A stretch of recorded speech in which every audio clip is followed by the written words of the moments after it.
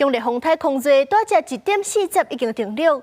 咱来看这粒风台走的路线，过去是有几粒要降的，造成真严重的灾情。今仔日个解剖新闻，就要请上映解剖过去几阵类似的风台，麻烦上映。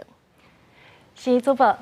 解剖新闻有理路有深度，观众朋友大家好，我是尚莹。今仔日咱要来关心的，就是这个强烈风台空落伫头拄下晡1:45分，已经对台东的成功来定律。伊的暴风圈这半径是320公里，时速是有21公里。气象署是讲，伊伫出海了后，才会将安尼越上北一路安尼爬起。所以预计这2天，就是对台湾这影响上界大的时阵。咱来看这条风台，其实伊无论范围甲路线，甲过去所发生过的风台，拢有一寡聊啊相像的所在。先来看这粒1996年7月31日河北风台。这个河北风台呢，迄当阵伊的暴风圈半径是350公里，时速是有19公里。其实看起来，甲即摆的空落风台，因的范围甲时速拢是马共的。这个河北风台呢，迄当阵伊是对基隆甲苏澳之间来定律，了后呢一路上西。落尾是对新竹转安尼出海，迄当阵伊伫台湾是造成51个人死亡、22个人失踪的灾情，而且呢是有1000多间厝受损，也阁有279万户失电，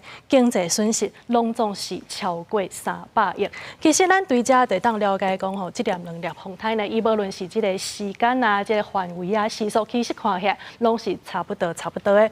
过来呢，咱要来看另外一粒风台，这是发生伫1967年11月18日的吉达风台。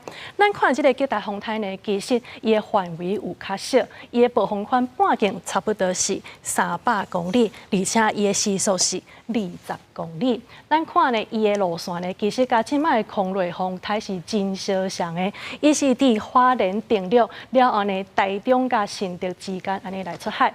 迄当阵，这个吉达风台，伊伫台湾是造成2个人死亡、53个人受伤的灾情，也有3000间厝来受损。另外，迄当阵的经济损失是拢总有3.7亿。所以提醒大家讲，这个秋冬季节来到台湾的风台，也阁有这个范围相当的这个风灾呢，其实咱台湾人拢捌拄过。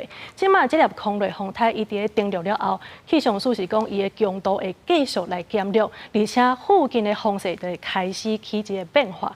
除了北东部会继续落雨以外，咱中南部呢，因为伫咧正方面，所以这风雨嘛会愈来愈大阵。提醒观众朋友，就要随时来注意上新的气象预报，尽量莫上山，嘛唔通挖进河边甲海墘啊。出外千万要爱注意安全。以上就是今仔日的解剖新闻，咱即马甲现场交等于好主播。